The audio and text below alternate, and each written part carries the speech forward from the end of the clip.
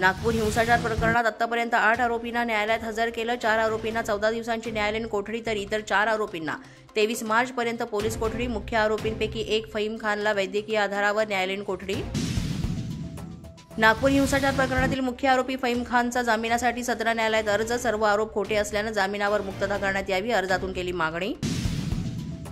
मुख्यमंत्री दावोसमध्ये मोठे करार करतात, पण नागपुरात काय सुरू आहे यावर त्यांचं लक्ष नाही। आदित्य ठाकरे यांचा फडणवीसांना टोला। नागपूर दंगलीची जबाबदारी घेऊन मुख्यमंत्र्यांनी किमान 2 दिवसांचा तरी राजीनामा द्यायला हवा होता, बच्चू कडूंचं विधान। मुख्यमंत्र्यांना राजकारण करणं जास्त महत्त्वाचं, कडूंनी केला हल्लाबोल।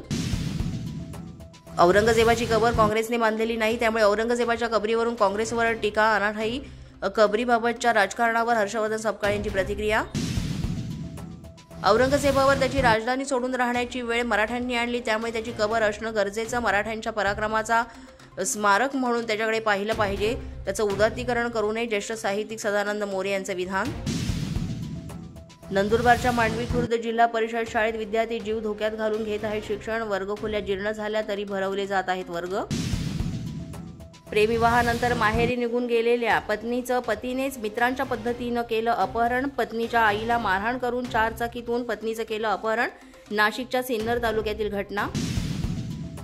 नागपूर हिंसाचाराच्या पार्श्वभूमीवर भंडाऱ्यात पोलिसांचा रूट मार्च। धार्मिक भावना दुखावणार नाही याची खबरदारी घेण्याचं पोलिसांनी केलं आवाहन। आश्रमशाळांना वेतनशाळा संहिता लागू करून नियमित वेतन श्रेणीमध्ये 100% अनुदान द्यावं। लातूरच्या आश्रमशाळांमधील शिक्षक आणि शिक्षकेतर कर्मचाऱ्यांची मागणी। अशाच नवनवीन व्हिडिओसाठी पोलीस माझा न्यूजचं YouTube चॅनल सबस्क्राईब करा। तसंच आमचं फेसबुक, इंस्टाग्राम आणि ट्विटर अकाउंट फॉलो करा।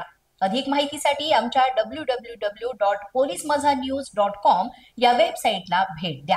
पाहत रहा पोलीस माझा न्यूज।